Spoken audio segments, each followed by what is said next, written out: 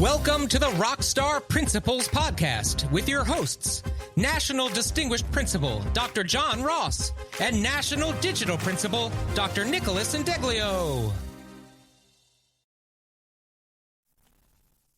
Welcome back to the Rockstar Principles podcast. Nick and John, we're back this week, week 2. It's already 2 in a row. I call that consistency. I think we're in pretty good shape here. What are you thinking, John? Season 3, getting off to a strong start, baby. And remember last week before we really got kicking, we were talking about how we're the old folks in the podcast world now, as opposed to when we were blazing the trail. Trying to look over the different platforms and social media and just trying to get eyes on the product now. It really is a different world. I mean, TikTok and YouTube and all the different things. It's a lot. The funny part has been just the way people are discovering that we're back at it. You know, people messaging us saying they either saw a post here or, I did tell my wife I wasn't keeping it a secret from her, but it was funny because she was just scrolling through TikTok and one of our videos popped up. She sent me a screenshot of it. It's pretty funny. So, yeah, it's a whole new world, my friend. It's a brave, brave new world. But we are back. John, we got lots to talk about tonight, so we should get right into it. What do you want to talk about first here? So one of the things that has really been on my mind a lot lately, as not at the end of my career, certainly, I hope not at least, but on the backside of my career for sure, is just the shortage of educators. It's really become a serious issue the last couple of years, and I think there's a lot of reasons for it, and I guess we'll talk about some of that. But I also think the implications, the snowball effect that it's leading to with administrative positions, principal positions, even superintendent positions. I think we're really going to begin to see the ramifications of that in the near future. It's funny, we had talked about this a little bit when we started out back in 2013, especially in Pennsylvania, because the retirement system, which was such a big, attractive part of becoming a teacher, where, the money might not have been as great and, there were certain gives, but at the end of it all, 35 years later, you would have a very stable and set pension. And that system changed quite a bit in 2013. And we did see a dip, shortly after that in terms of enrollment into preparation programs and things like that. And then post-COVID, with a slew of educators who left the profession, I think that was phase 2, or felt like it at least. We were dipping pretty low when we were looking in those pools.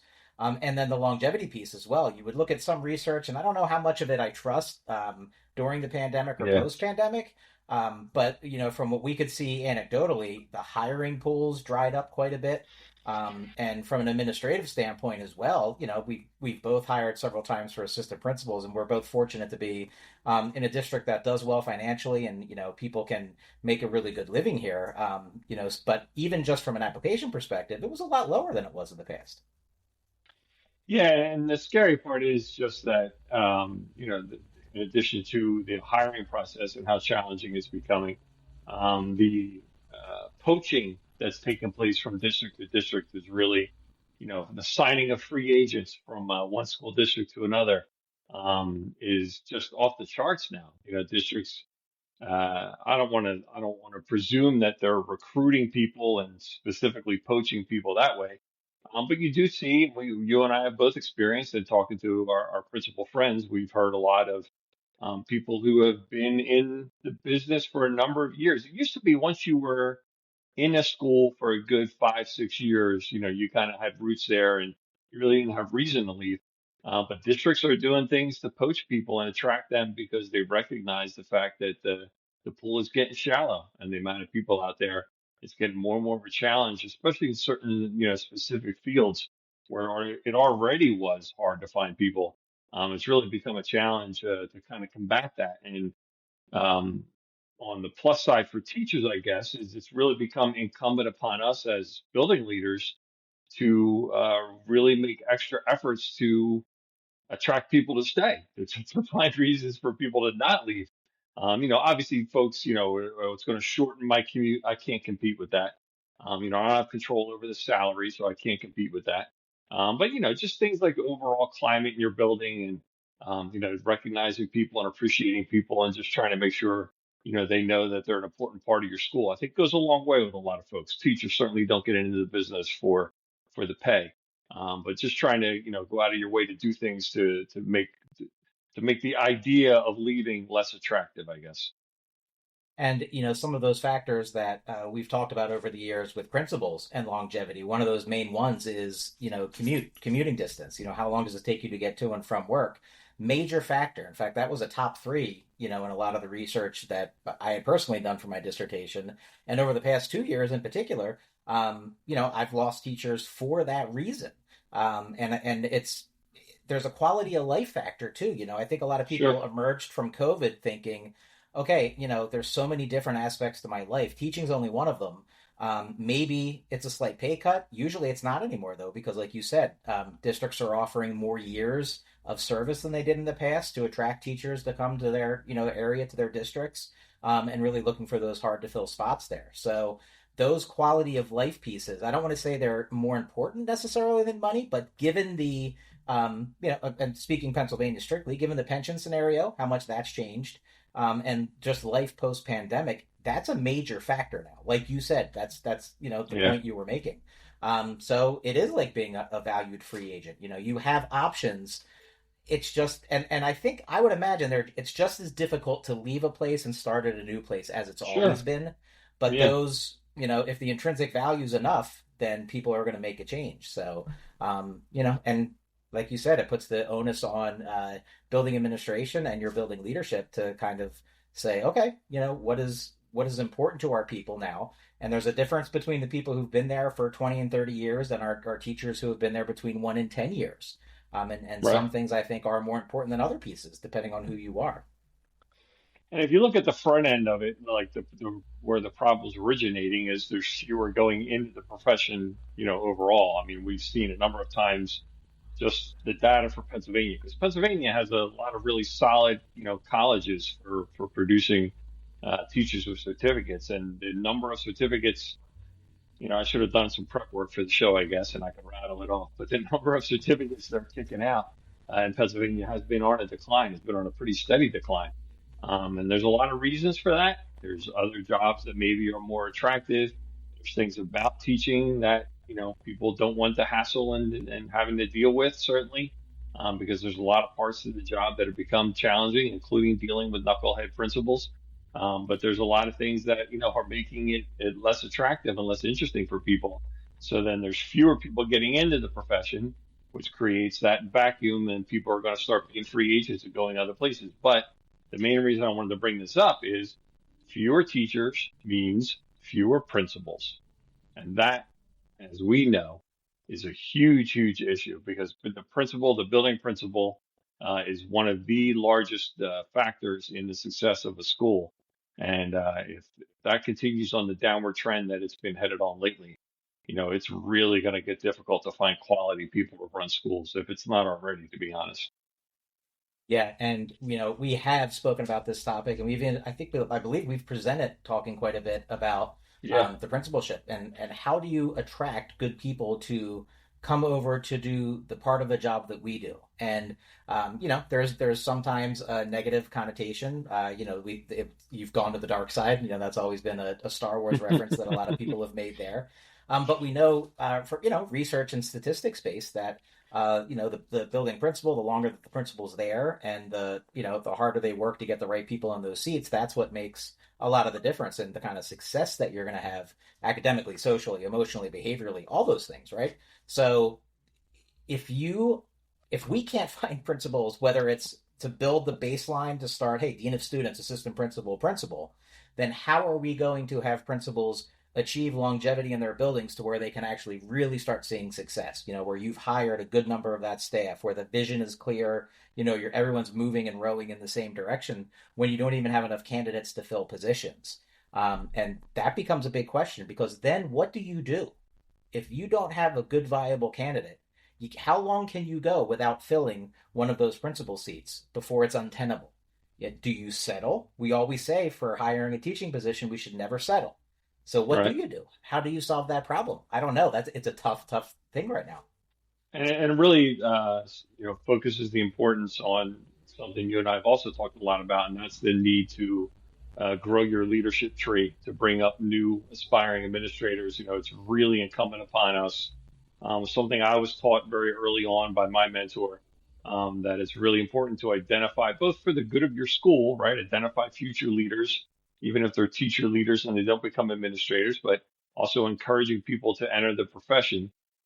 Something we do in Downingtown, we run that Aspiring Principals Academy, something I'm pretty proud of that, we've been involved in, is just trying to attract people to the job because, yeah, there is a lot of negative publicity about the job. How many times over the course of a week do you hear somebody say, I don't know how you do your job. I couldn't do your job. And I always try to come back at that and say, no, I think you could. Or, there's a lot of upside to the job or, trying not to have the negative spin, right? We've, again, going back years and years, talked about the way principals are portrayed and just the negative connotation with the job. So it's super important.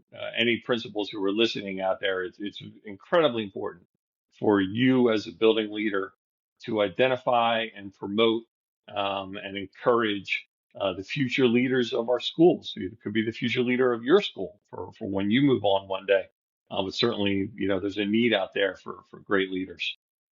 We have to touch on that pop culture piece because it's a repeating prophecy over and over and over again, right? We've been talking about this for 13 years now, and if you look at the television and the movies coming out today and still on today, it's still the stereotype of the principal, with the exception of the Black Lightning show from CW from a few years back, which might have been the best of all in terms of how good it could be, when you really do accentuate the leadership piece, versus what we've seen today. And there was a movie this summer called Weapons that was very popular, and the principal of the school was, while a nice person, was depicted as being inefficient, ineffectual, right? So even in that, a movie that was really kind of keen and like current on subjects, it still got it wrong. You know what I mean? So, and you've talked before about Abbott Elementary, and my sister is currently like binging the earlier seasons of that. Yeah. While the principal in that show is hilarious, could there be right? But could there be a worse? Yeah. Like, all the things it's the Michael Scott slash. Oh, it is. It is. Although there's sometimes where she says things and you're like, oh, well, I kind of see that. So it's hard to not totally relate with her. But yeah, it's just a fantastic character, and it's a shame. It's a shame that there's been this for so long, just been this mentality. And it's funny because I think it kind of swings the other way when you move into central office and you go back to being the superintendent and the the smart one and the one that's in charge of everything. So it's that middle management piece, right? The teachers are put high on a pedestal. The superintendents the superintendents catch a lot of it too. But I feel because I'm a principal that we're kind of in that valley there where it's like, oh yeah, and the principals too. One of the nice things I think that we've been fortunate to work with the Pennsylvania Principals Association, and they've recognized this issue and the pipeline. In fact, you were president of that organization for a nice little term there. Unfortunately, it was during the COVID times, but things were established. Like the aspiring principals kind of carried over to being, from a PA principal's perspective, something that they're trying to, hey, if you're interested, we're going to do some webinars, some Q&As, things like that to try to get people talking about it. Yeah, and it's important to I'm sorry, I just would say it's important to separate fact from fiction. That's why it's important. You don't want to go out and portray the job as something that it's not. Oh, hi, doggy. There's a little doggy in the corner. Benji. You don't want to go out and portray the job as something that it's not, but you need to separate fact from fiction because I think there's just a lot of things that aren't accurate about the job that kind of dissuade people from pursuing it. Absolutely. John, speaking of the Pennsylvania Principals Association, I feel like there's a big shout out we have to give during this episode. Yeah. When you talk about a shortage, when you talk about, people that are hard to come by, people that are hard to find, you and I both agree, I know, that there is a principal in the Bald Eagle Area School District. That's it. Wingate Elementary, I believe. So. Jim Orchowski, our buddy Jim Orchowski's retiring after a great career. And boy, Jim, if you're watching this, I've told you multiple times just what a great inspiration you are, what an amazing principal you are. Just we're going to miss him in our profession, and I'm sure his school's going to miss him a lot. But just people like that are really, really difficult to find these days, and our profession is at a loss for not having him in it anymore. And we affectionately call Jim Big O in our principal text thread that we maintain there. And I couldn't have said it any better than you did, John. One of the most positive leaders I've ever encountered. He's been on the show before. It was many years ago, but he has many years ago. Yeah. And we were joking, we're going to need to do like an 8-part docuseries to document his career. So, Jim, you're going to have some time on your hands coming up. Why not?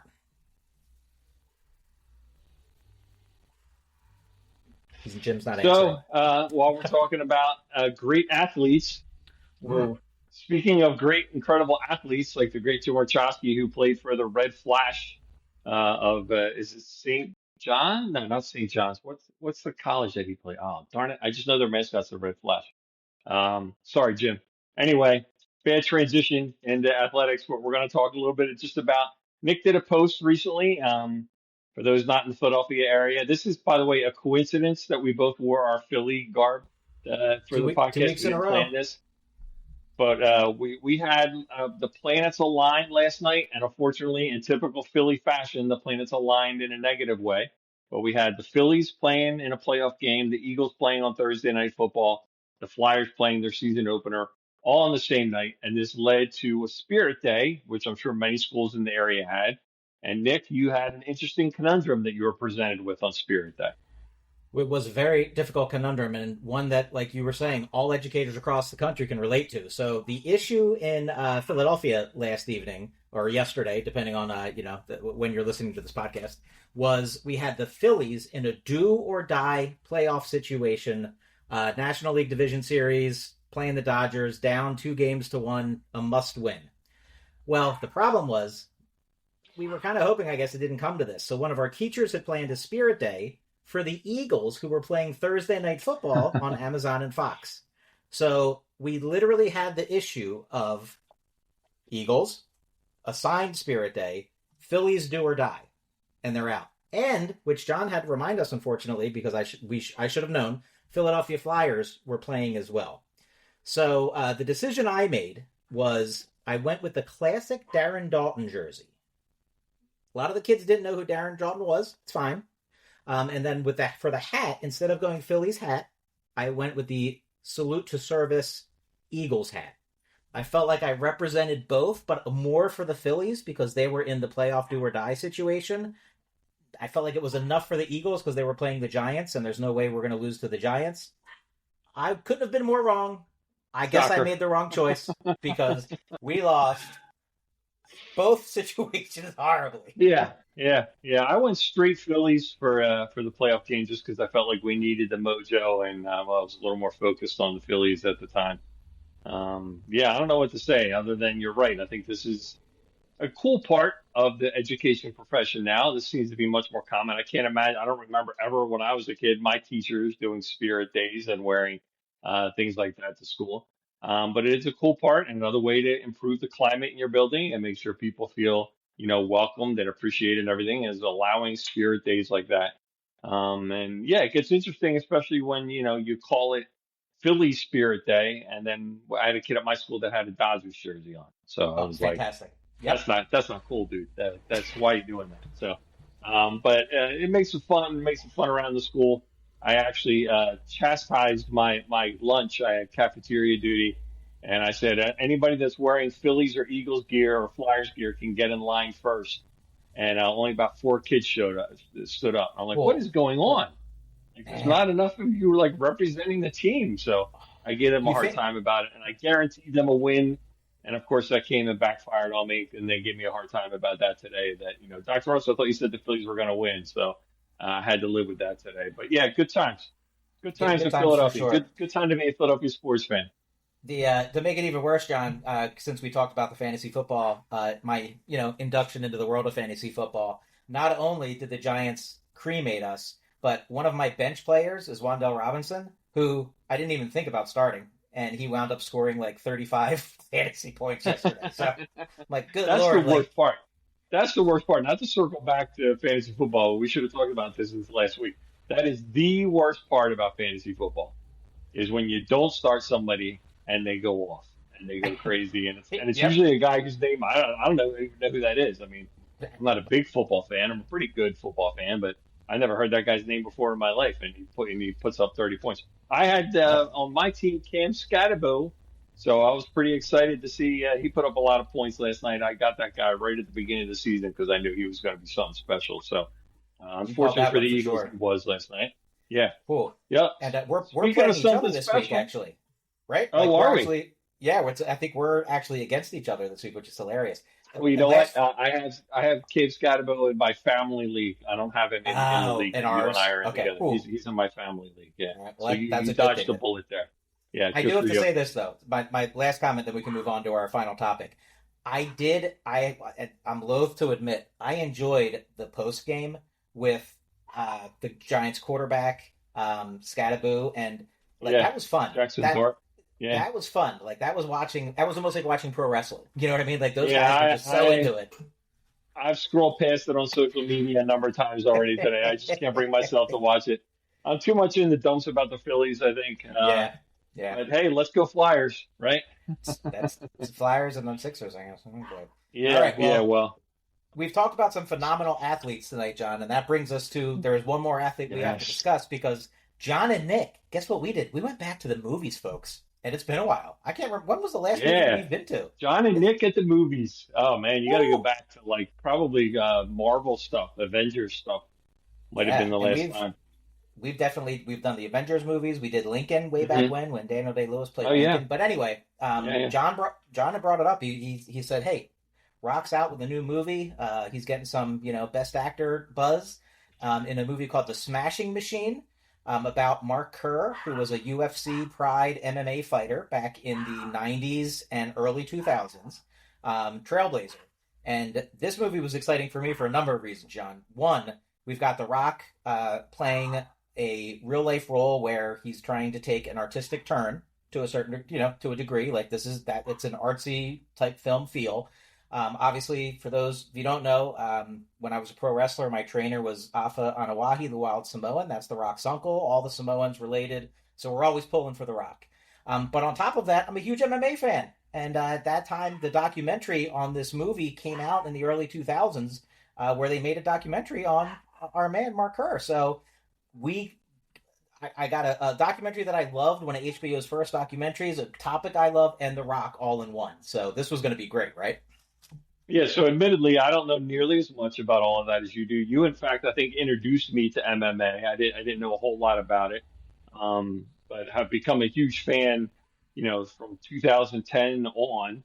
I didn't know this guy, Mark Kerr. I had never heard of him. I didn't, so I did do before the movie. I did a little bit of research, a little bit of, found out a little bit more about him. Watched a couple of YouTube videos and everything just to find out more about him. Really, really interesting life. But also the other thing was, the first couple of times I saw the trailer, I was like, who is that? I was like, what Yeah. actor did they find to play? Because I'm like, is that The Rock? It looks like The Rock. I'm not sure. So the makeup on him was pretty good. Now, admittedly, let me say something, and you're probably not gonna be happy with me. I'm not a big Dwayne Johnson fan. I'm a big Rock fan. I'm a big The Rock fan. Dwayne Johnson, the actor, not a big fan, but he was phenomenal. He was absolutely fantastic in this movie. And there's a lot of things that, I'm sure we're going to talk about the movie itself. But I thought his performance was really, really great. And I'm saying that, prefacing that by saying I've never really liked him as an actor, but he was just fantastic in that movie. Yeah, and I concur. I think the two best things about the movie in its entirety were The Rock and Emily Blunt's performance. Yeah. I felt like they both really brought a lot of life to those characters in a film where it wasn't necessarily directed towards any one subgroup, really. You know what I mean? Like it wasn't Right. for hardcore Right. MMA fans. They already saw Hmm. the documentary. If you're a Dwayne the Rock Johnson fan, like you said, like you might even not have known that was him in the trailers because it got a lot of promotion, but not big blockbuster promotion. So it was it's a different type scenario going into the movie, and I agree. Those two performances, in addition to there were so many awesome athletes. Alexander Usyk, the heavyweight champion of the world, playing one of the MMA fighters. Ryan Bader playing Mark Coleman, Kerr's best friend. So there was a lot of And who's the guy that played himself? Who's the oh older my guy god, that played himself? yeah, Bass Rutten, right? Who was a one of the original, big personality MMA guys. He was like jujitsu. He did Muay Thai, a lot of kicking and striking. He taught Mark Kerr how to strike, which he stood out for that reason. But he played himself in this movie. Yeah, 25. that guy's such a badass. He played a younger version of himself and pulled it off. Yes, it's insane how good Bass Rutten looks. Yes.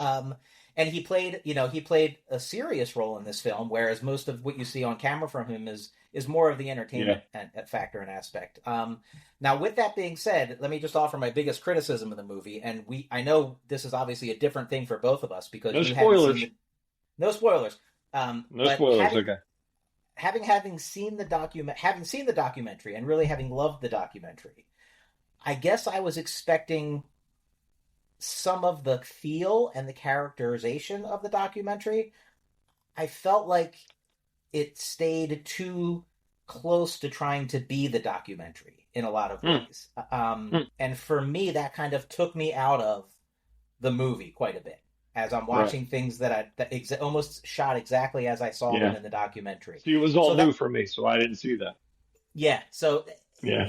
and that, like I said, I don't think a lot of people have seen that documentary or are huge fans of it, but that was definitely one of the things that I struggled with throughout the movie. And then we talked, one of the points I wanted to bring up that you mentioned, and I don't know that I would have thought of this otherwise, but they really did take a spin on the issue of codependency in relationships and what's typically seen as a male role versus a female role in a relationship. It felt like there was some big flip-flopping that you don't normally get in a big budget, movie like this one. I think you hit on that really well. Yeah, and without going into too much detail and spoiling things, I mean, there's a mental health component to that too, and just how he felt he was supposed to act. You know what I mean? Like I really got that vibe from him. The character, I mean, not Dwayne Johnson, but like he said to his girlfriend, that this is what I'm doing what I'm supposed to do. I'm doing the things as a man I'm supposed to do and things like that. Again, I'm not going to go into a lot of detail, but it kind of resonated with me. Not that I have nearly the issues that he had, but just the mentality, the idea that, as the man of the household, the provider, not to be sexist in any way. I always feel like I gotta preface these things and not just say how I feel, but like just the things you take on, the things you take on, the responsibilities you take on as a husband, particularly, and he was the provider. I mean, that's just a fact. He was the provider in that relationship, and he felt that pressure, he felt that strain, and she wanted to help him, she wanted to assist him, and he kind of pushed her away, and that was, for whatever reason, kind of revealed a little bit just about the dynamic between the two of them. So I thought that, to your point about their acting, I thought that was really well done. Yeah, and again, it's not something that they beat you over the head with. And I guess if I'm levying another criticism, I don't feel like they really beat too much of anything over our heads. And I'm not saying that a movie needs to do that, but there were times where I kind of felt like a little bit of drift, sort of like, well, what's the point?